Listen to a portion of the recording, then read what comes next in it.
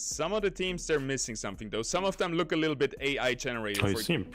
For example, we don't have... strong augment here already.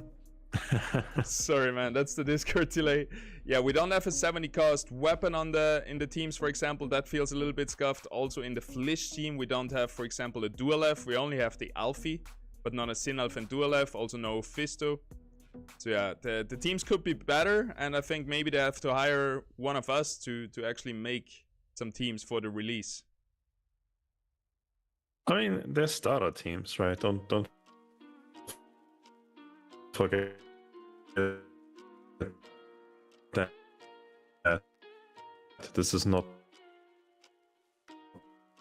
meant to be like tier 5 maxed out Illuvium teams, right?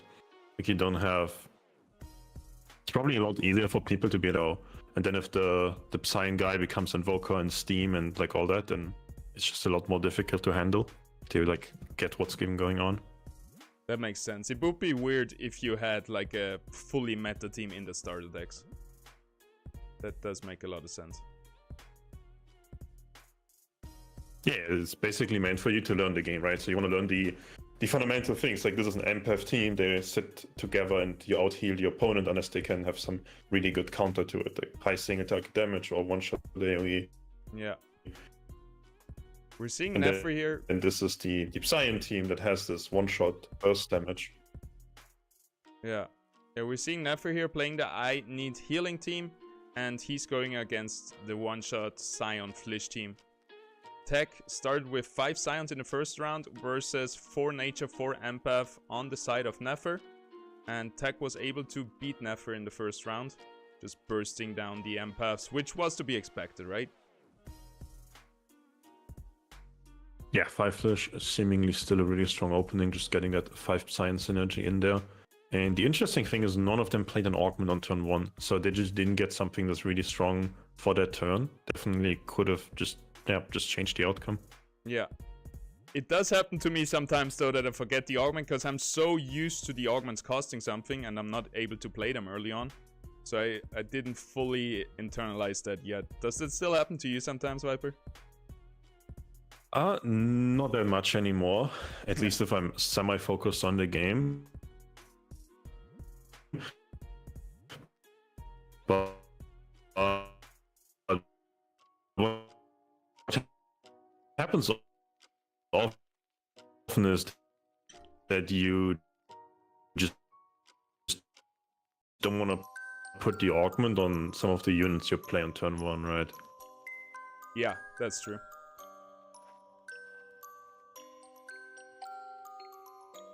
Interesting positioning as well. Blaze, Fernite here in the middle. I guess that's the safest position to be not hit by a Flish laser. Do you think he should spread out a little bit more though? In this case here, there was Siphon Matrix. I'm and so he didn't sorry, play guys. any melee. Illuvia was all ranged empaths. So screwing up a little bit. So I hope it's still enjoyable. I hope it's still watchable. We're gonna do our best. I think it's gonna get better as we keep going. So please stick with us. I think we got a great tournament on our hands. Dude, I can't wait. Soon I go home and I have fiberglass. And I'm just talking over him now. We just assume something happened. Yeah, no, we're back. We have some technical issues. Like I said, it's gonna get better the longer we stream. So yeah, just bear with me here with my bad internet. Walk 10 minutes in my shoes and it should get better soon. The only problem really I see is that we sometimes talk above each other, but that could be worse. I don't know if you heard me. I was wondering if you think he could have repositioned a little bit and spread out his units more, because it seems like he has them clumped up a little bit. So the Flish lasers could be hitting multiple targets with the lasers.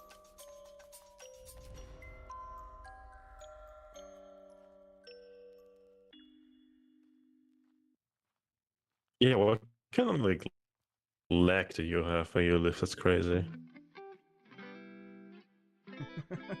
Such a delay. Wait, it's getting through now to him.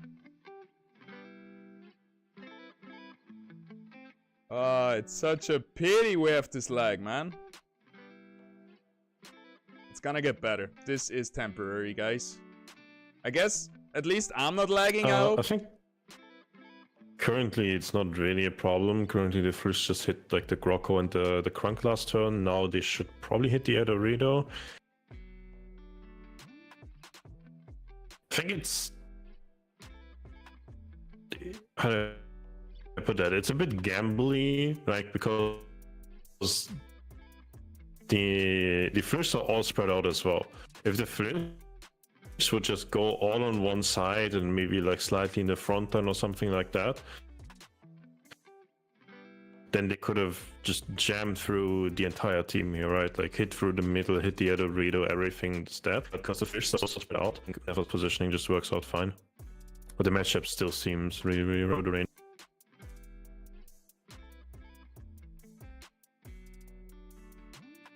Almond should be the best one here. Interesting. Goes for the grid reduction augment. Essentially facing down the, like Granite and Earth Goliath, which is a 40 grid and resolve. Very, very good for just being an unkillable threat for the Empath team. So yeah, just decides to go for the grid and having energy steel augment.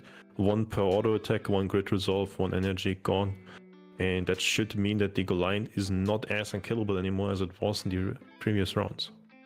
Yeah, that could work really well. Grid and Resolve works great versus small damage sources, so versus the Empaths and versus the Blaze Knight, who feels like has a lot of small chip damage, and the Wildfire, that could work very well, but I don't know if it's gonna be enough, because in a long fight, the healers are still gonna win.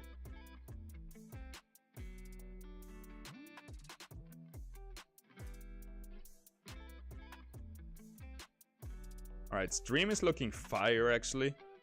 We got good quality on the picture. Sometimes we have Viper lagging a little bit, so yeah, I hope it's not too bad, everybody.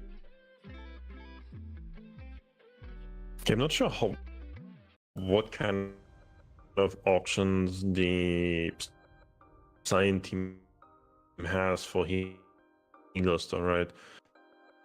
I think he can essentially put in Verdant, and that's about it. Therefore, certainly has to try and just deal a lot of damage and kill the Empath team more or less early on, because I think at some point you just can't kill the Empath team anymore. At some point they just become too tanky, too much healing, and also they just, if they win, they then win with a lot of units that call off just anything. His is getting focused on one after another by the Flish beams and the Alfie beams, and yeah, team just not tanky enough and doesn't actually do. Oi, oi, oi. Hey, do you guys know Cherma? I think he has this shtick, this thing where he does like purposely scuffed streams and everything is going wrong, but kinda he plans everything to go wrong, but that's kind of the comedy. Well, right here we have a perfect Cherma stream. He can take that over. It is really tough to figure out a positioning here, because you always have to kind of sacrifice some units, and you have the Sentinel Resonance and Fusion augment here as well. I almost feel like you just want to sack the augment value. You don't try to optimize for that. If it hits any Illuvium, it's fine. It's still a very powerful augment, but you certainly don't want to grief your positioning, because the unit that you buff is then just going to get beamed down. So even though you can maybe buff the perfect unit, it's very hard to keep that unit alive. It's much easier to just, I don't know, have something be buffed and have the valuable units stay alive. Yeah, that makes sense. Because your valuable units are already a win condition. So you want to put your secondary win condition with augments and stuff like that maybe on a secondary important unit. So if your main units die, not everything goes to waste. Yep. Alright. It's very difficult for Empath teams sometimes, because the Archie and the T-Pos have such low attack ranges, so you can't really just full corner backline them. Yeah. They can't just easily tank all the ranges and beams. He upgraded his Flishes, who do a decent damage with their laser, able to kill everything. Just the Blaze Knight left alive. Which is the ideal scenario, to have your main damage dealer be the last unit standing, but I guess the Blaze Knight's Omega is just going in the wrong direction. It's not hitting the main clump of units. I would like to see a little bit of repositioning, but the game is over. And Nefer loses in a clean 5-0 sweep. Let's see if he can clean it up next round. Enemy Tech TW cannot use Flishes anymore. He has to use another deck now. We'll see what he comes up with.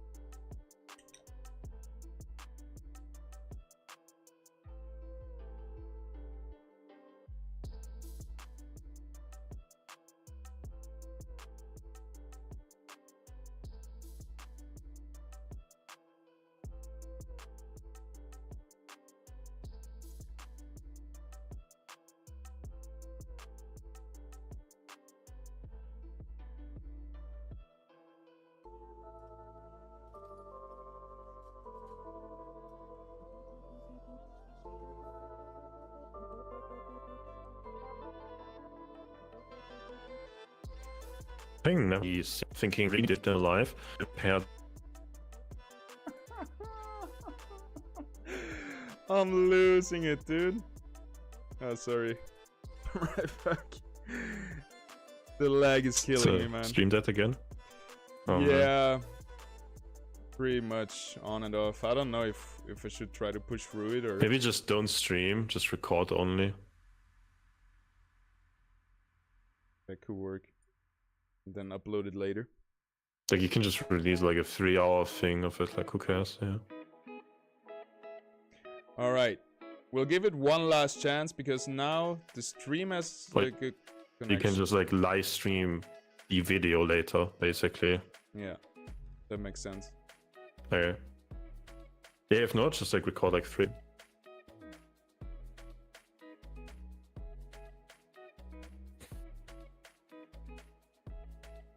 Yeah, I think that's the right call. Just salvage what's left.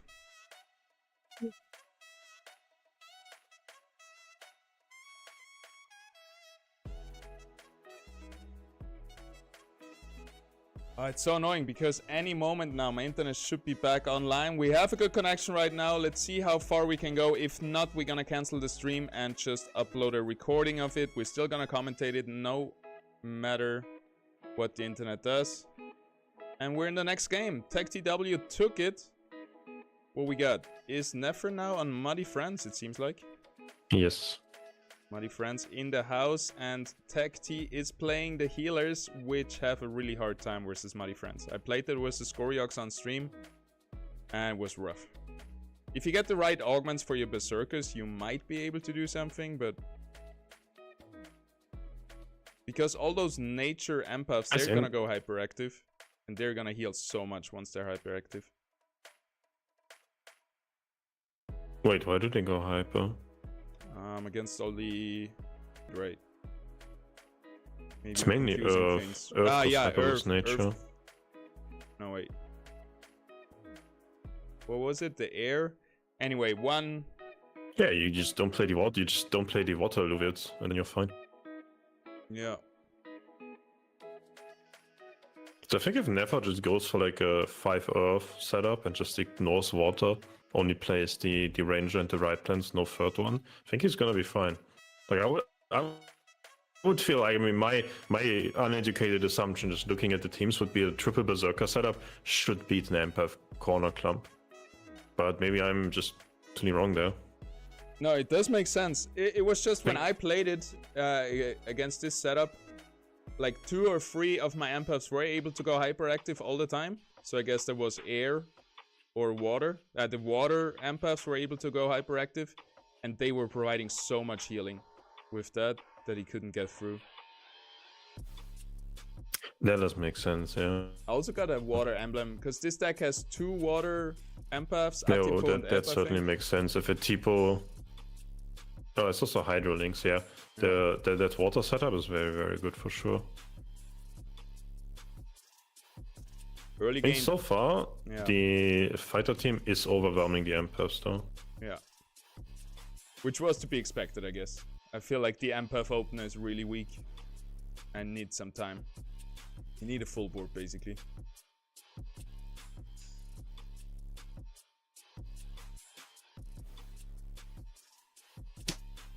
Yeah. He's also focusing on nature, not on water. So he's losing to the hyper monk here. Is there a point to be made where maybe getting 7 nature activated could be more beneficial than getting 3 hyperactive water, or is hyperactive just so good Empath now? hyper is certainly very, very powerful mechanic at the moment. Yeah, it got buffed And so all the much. hypers are really, really strong. I like that. Yeah, it makes a lot of sense. Hypers should have like any synergy setup for sure. I think that otherwise the mechanic just does nothing in the game. Like the core skill ceiling in the game, in theory, with the current setups that we have, would be that you adjust your team based on hyper, and hyper should outperform like small synergies, which I think I was really expecting that to be the case on just the patch dropping. It really has not been that dramatic as I expected. Because I thought if somebody, for example, does this like 5 air triple fire setup, that should not be a viable strategy at all. Because you should just lose to hyper like so crazy. But just a couple unit hyper was not changing a losing matchup into a winning matchup. Mm-hmm. So even though it's really, really strong, it's not changing polarizing matchups.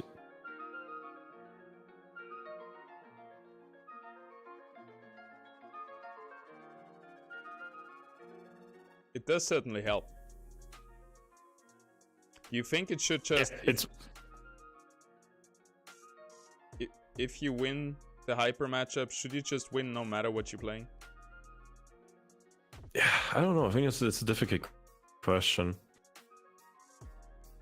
Maybe Because like half it half. certainly is more or less if you win. Yeah, like if you're like on a polarizingly losing strategy, then it's probably just not gonna make you win. But if it's like a somewhat even playing field, then hyper is certainly what can really help you. And we see that tech is just focusing on nature, still not really a lot of water. Illuvit and Monk here has this hyper fighter bonus, which I think just you cannot out-heal that. That is too much damage coming in. Yeah.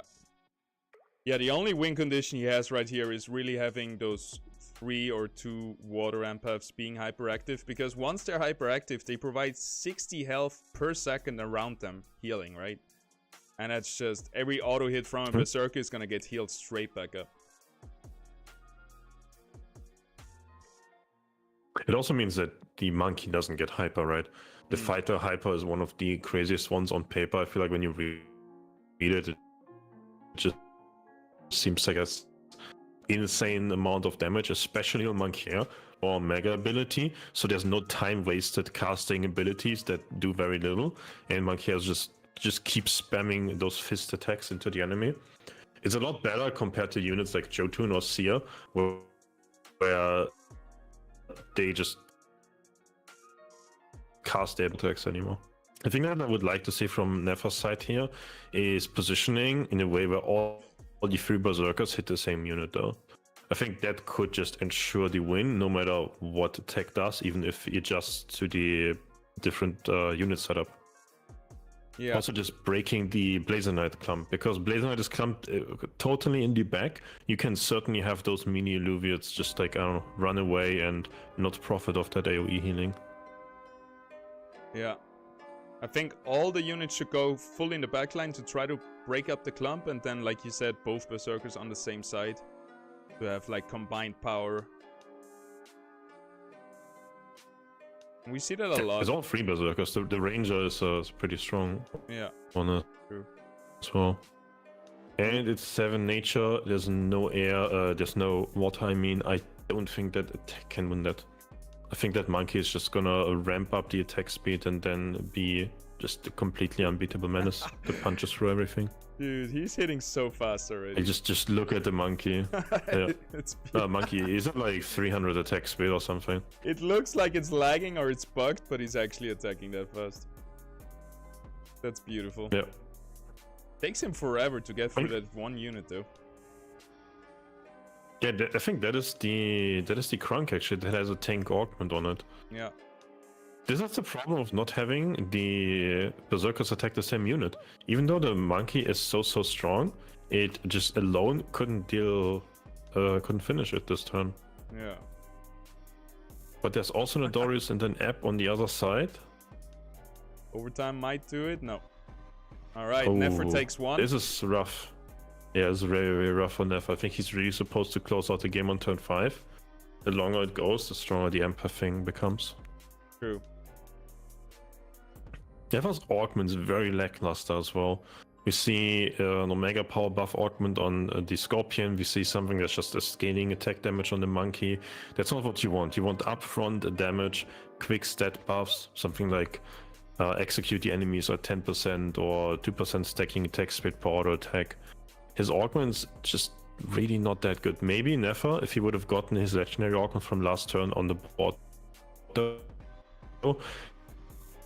it could have made a difference. If that augment could have buffed the Dorius, you probably do win the overtime healing thing. Yeah. Yeah, and I think that the general win condition here for Nefer is, or the win condition is killing a unit. And then your win condition gets better. It plays even a bigger role that you need to take down the first unit very fast, which will make it easier to take down the next unit and so on, and you snowball from there. But if it takes you a long time, if you don't focus the same target to take down the first unit, that's going to be problematic. Now we see him position his Berserkers all the way to the right side, so we'll see if that will help him at all.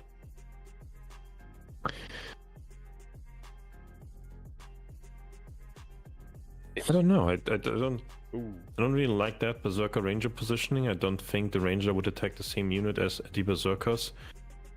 Maybe he was lucky that Tech was actually repositioning to the other side. I mean, they're in the same vicinity. They're not attacking the same targets. Yeah, no, I mean, this is looking fine. Yeah. Like they already killed 2 units. They're all 3 on the same third target, and the enemy Krunk, if you can zoom, can't zoom in here, but we can see that Tech essentially just mispositioned very badly, and the Krunk was just completely locked in the corner there, couldn't move out.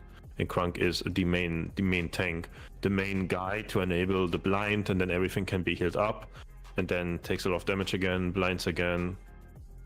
Oh yeah, now we can see Monkey Cat just going crazy. PG 1-1. Both lost with the I Need Healing deck. And now we're gonna see what they're gonna play for the third round. The positioning thing on all these clump corner, you don't want your units to move far away and so on teams is always so fickle. Because either you have just a super polarizing crazy in your favor positioning, or you just lose beyond badly if any of these like units corner things go wrong, right? Like here the units couldn't move away fast enough because Nefer just had things close enough to the front line.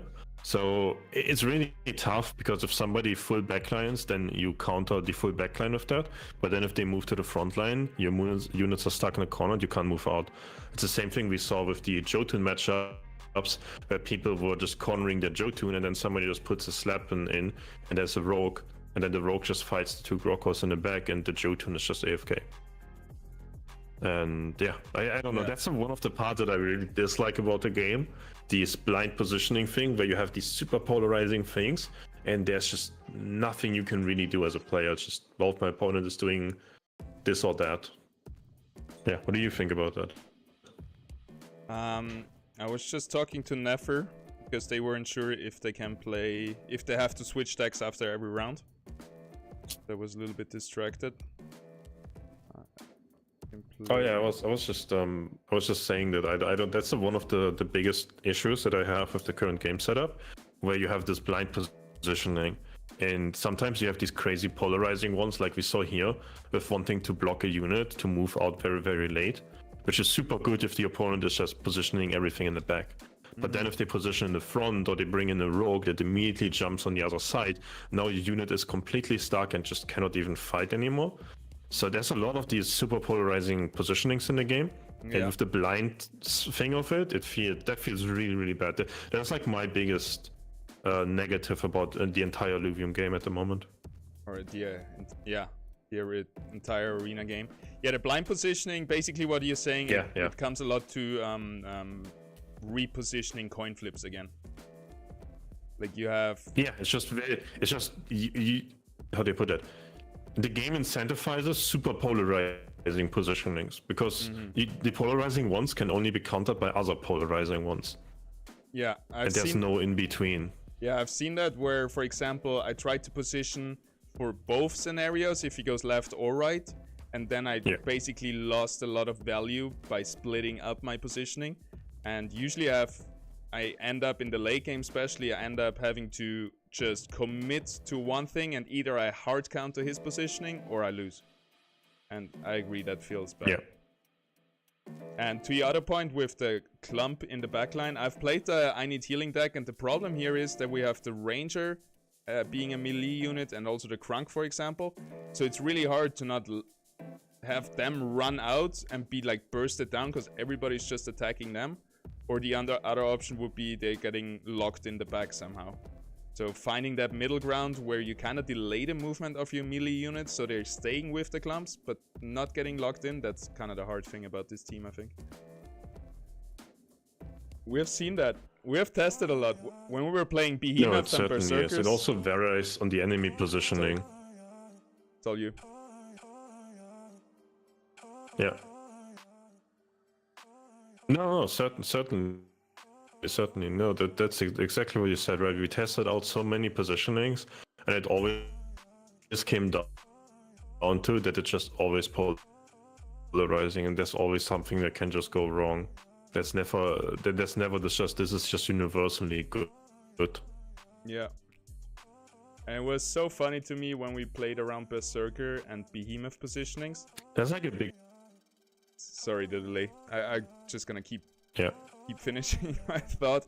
And we found out that the absolute best positioning when you play melee units is to build a maze with your ranged units.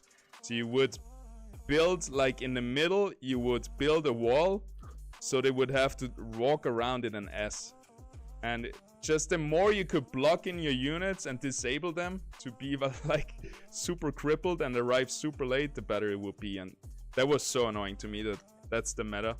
You just have to screw over your own unit's movement to win.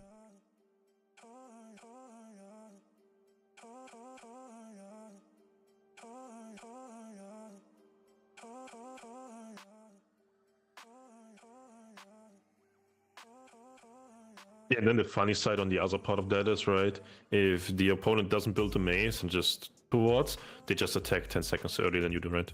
If you're just running to the other side of the map and then your units, I don't know, they just find their way through the maze and the enemy berserkers are already stacking attack speed and so on. Yeah, I'm glad we don't have that meta anymore. Oh, now we see... Yeah, we see the Flish team versus the I Need Healing team. So last time, this was looking very, very dominant for the Flish team. Let's see if Attack has some different positioning and can just decide this the other way around. Yeah, it should be the natural counter, right? To healers, the Scions. Providing that burst damage to burst. Scions are really good versus clumps. Yeah. Yeah. You also got good augments already. Devastating Surge, Devastation Surge, really good.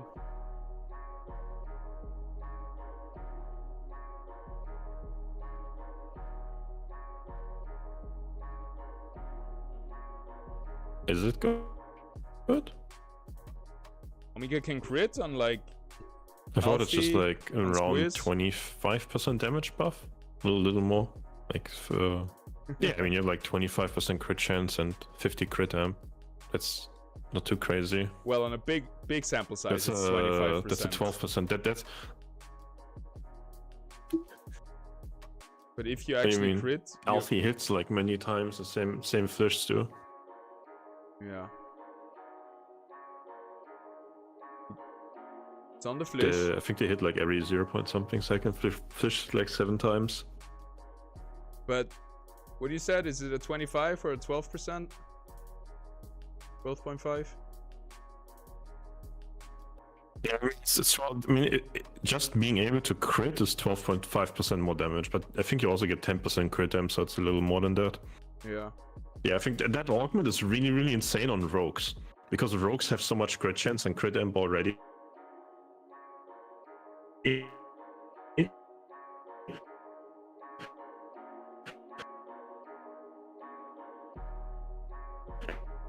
That's so crazy on Umbra and Ramfire and all of those guys and Gyro. But on non-rogue units, that augment does very little. That's true. But what I can see here is maybe that But yeah, we still play a Psy and Fire team versus a Nature Empath team. So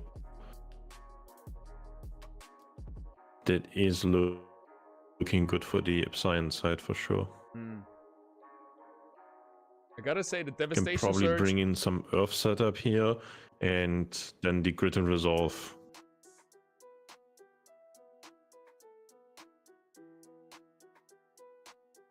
So what I wanted to say, the Devastation Surge maybe just gives like 15% damage buff, but I think, especially in this matchup, those 15% are very much needed, so I think that might just be the little bit that is needed for Flish to actually one-shot that Blaze Knight or one-shot that Empath. And every little bit of damage increase really plays a big role in this matchup, I think.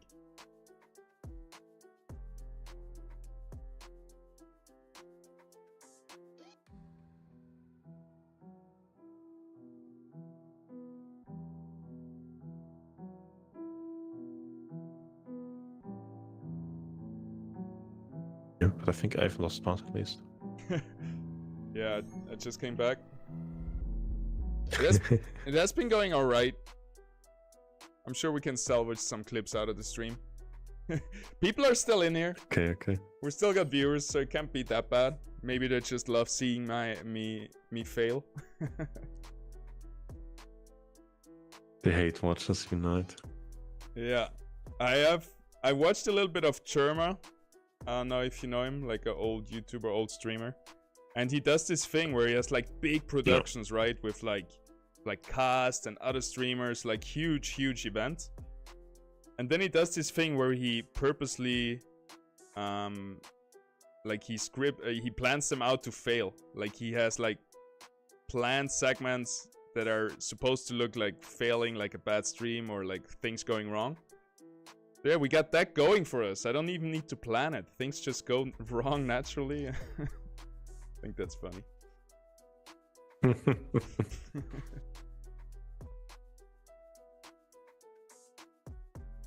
But we are back, and yeah, it's looking very decisively, very dominant for the Flish team, as we expected.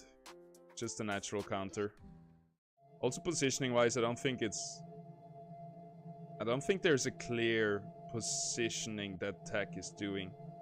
Like it feels a little bit random placed all over the place.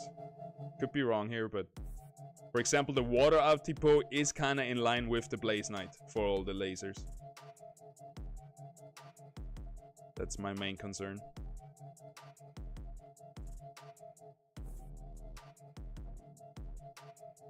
I mean, he's trying to have the Flish attack the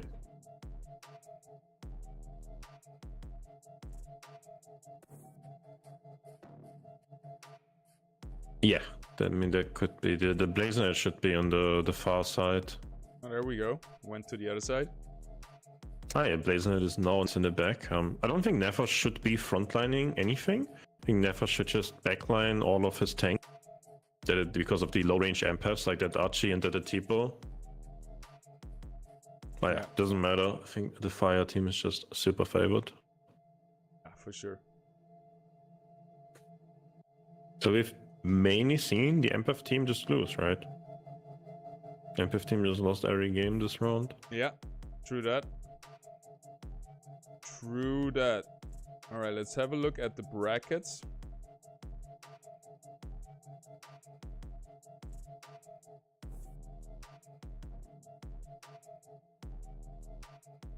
How are the brackets looking? We have Nefer now in the semifinals. On the other side of the semifinals, we have Sod, and they're both waiting for their opponent. So next up, we got either Zodiac, Fabled, or Luca coming in versus Nefer. And then we have Ripelancer. No, actually, we have Big Man and Bard coming in versus Sod. And it seems like Big Man and Bard are on their third game, so that should be over in a second. And then we got Zodiac and Luca now on their second game.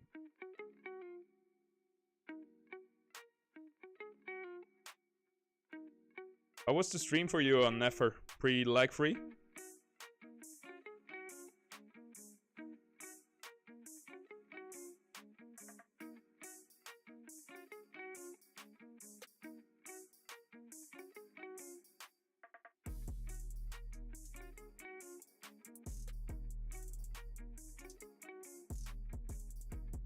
Yeah, guys, I hope the stream is somewhat watchable. I don't know how it comes out on the other end because we have a 10-minute delay. So usually I think when the internet breaks down, it should reconnect and then start where it left off with.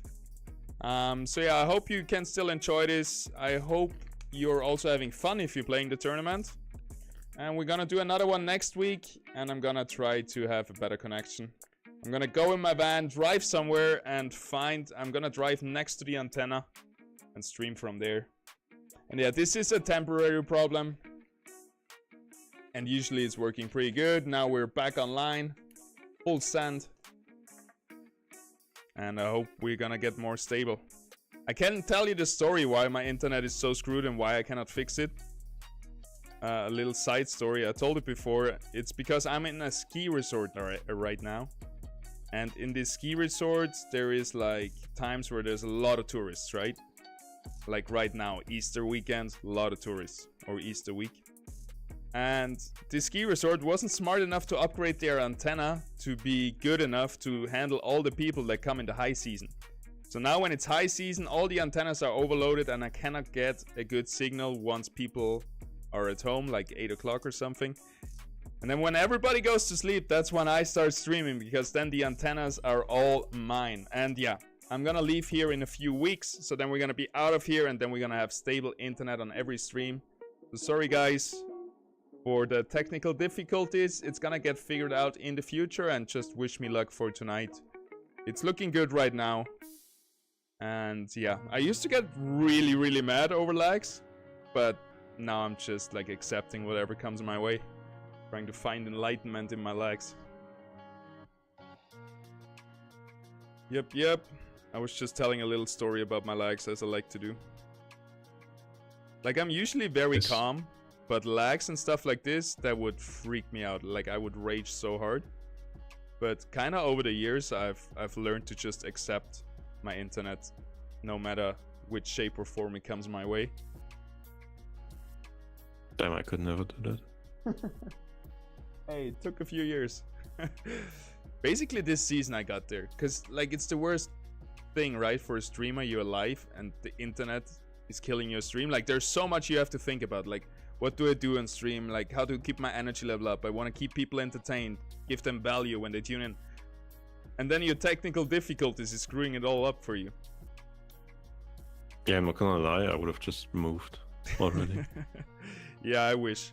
A few more weeks, then we're out of here. And, or suit the provider. Dude, I called them. They gave me back like a month worth, and then I wanted to cancel, but I realized it's just the antenna, right? Like, every provider here in this area runs over the same antenna, which is not upgraded to handle high season tourists. It's so dumb. But it doesn't matter. In a few weeks, I'm out of here. Then we're gonna have stable internet, and until then, I'm just gonna stream when everybody's asleep. 3 AM stream, no problem. Sounds good. Yeah, it's just a stream for NA and Asia. Yeah, exactly. Alright. How's the brackets looking? Do we have a winner yet from Group F? Not yet. I don't think we want to tune in one of the ongoing series, so we're just gonna wait for Sod and Nefer's team, Nefer's round to start.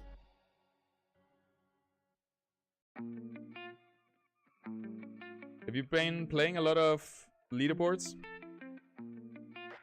A lot of grinding, or are you just waiting for a little bit of a hotfix, new meta, and also for the leaderboard rewards to come back in?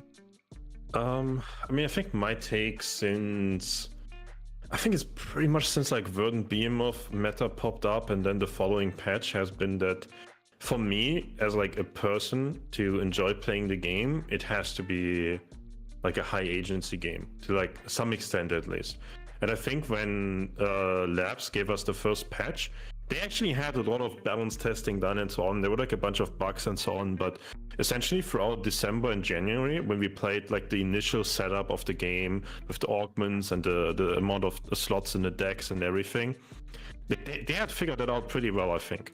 But then the feedback was, oh no, we have to do all these like bunch of changes from the initial ideas that you guys had, and then now we've made more and more initial changes, right? And the balance obviously can't keep up with that. Like you would need to do so much internal testing and this and that. It would delay all those releases. It would just delay all the patches that we get and where we get our hands on these new mechanics. So we've just been giving those new mechanics, and I think with every patch it's been less and less high competitive, high agency. And yeah, I think it was like about 5 weeks of leaderboard rewards that I played, and then on the 6th week I like even to myself said, okay, I can't just keep playing. I can play a lot of games and I probably can finish really high like every week before, but it's just really not enjoyable because I don't know, I feel like I've been saying this like a lot in recent times where maybe it's this elitist take or whatever, but I'm used to playing like top tier AAA esport game titles and performing as like 100 worst case scenario on my server or in the world or something in those games. And yeah, in all of those games I feel like, okay, I have a lot of agency on the outcome of the game, and I just didn't feel it anymore. So I was just getting really frustrated and like, I don't know, just to some extent just angry at the game. And yeah, it was like, meh, I don't want to just sit here and be like, man, yeah, just don't want to feel unhappy about just losing games to people who I think would be platinum level players in other games or something, basically. Yeah. I mean, people can be mad at me for making that take, but I don't know, it's kind of you're just being honest, and I can see it because I really saw a little bit more of your mindset when we played that game challenge, right? Where for me it's just like, some random games just for fun. But you kind of grew up, or all your life you've been playing games really to win. Like I say, I play to win, but it's not really there. But you're a competitive player for the better part of your life, so I can really understand that if you don't have agency to actually make that skill that you acquired throughout your life, make it like happen in the game or make the difference, that must feel so bad. Like if I was one of the best players in the game ever and I would lose to coin flips to way worse players, I would freak out as well. Sometimes I do. I lost so many games to silvers, it feels so bad. Every time I see a silver player, I cringe and I lose. Yeah, I was thinking of doing, because I was considering like what kind of, I wanted to up my YouTube content anyways, and I was considering what kind of videos I could make, and things like that actually seem reasonable topics to me, on an extent of talking about agency in games and what you can do, and yeah, that whole stuff. I think it's pretty reasonable, basically just like in depth explaining what's going on in the game and so on, because I always keep I don't know, just like disclaimer on this. I don't disagree with anything that like Labs has done with those patches. I don't disagree with the balance updates or the updates to the game. I think it is beta testing, and the idea is to test features and to test things in the game. It's not supposed to be like a balanced competitive game at the moment. But just my personal mindset and the way that I approach playing games just really doesn't go with that. It is like the problem. Yeah, you're not a happy person in a beta test. I can see that. Yeah, it's the same reason why, for example, Smartest is so incredibly tilted. I don't know, himself sometimes, because he has a similar mindset on that, right? But then he acts a bit differently than I do. It's a fair point. But no, it's like the same idea, right?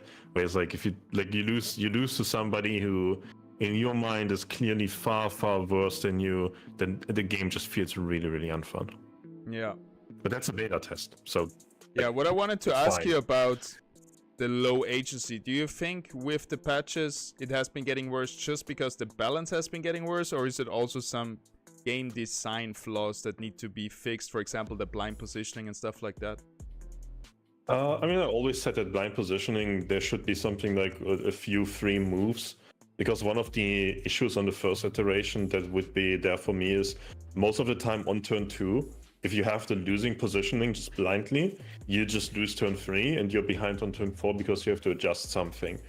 That was just the baseline, so you got super punished, and I thought always you should just have like 1 or 2 units, move them for 0 on turn 3 or something, just like reset it and have this like blind thing. Because if the blind positioning, if it's just a super polarizing left or right, that's fundamentally really bad. But in the meta games we had in December and January, it was not just hard right, hard left side. Because we played these like Berserker Enchanter teams, we played these Arcanite teams, we played teams that didn't have these hyper polarizing positionings. And with those, the blind thing was not as bad. But since we've been playing melee carry versus melee carry with Warlock, blind positioning is horrendous in that setup, and it's horrendous in like the corner, one side, corner, other side, rogue, one side, rogue, other side. Like in those just fundamental thing, it's really bad. And yeah, I said that before. I think the one worry I have on the current game design and the path it's taking is that it's blind, like both players play the turn at the same time blindly. I think that's bad. I would hope to see some adjustments to that, but it's hard to tell because we've also haven't had like a balanced setup of the game. Like for sure there's this whole like 2 teams in one thing and you just completely team swap. Like no way that makes it into open beta. That's complete bullshit, right? Yeah. There would be something done about it. That's why, for example, we have Ascension coins. Yeah, that feels really good. So you cannot just resell your stage 3s anymore for no big punishment.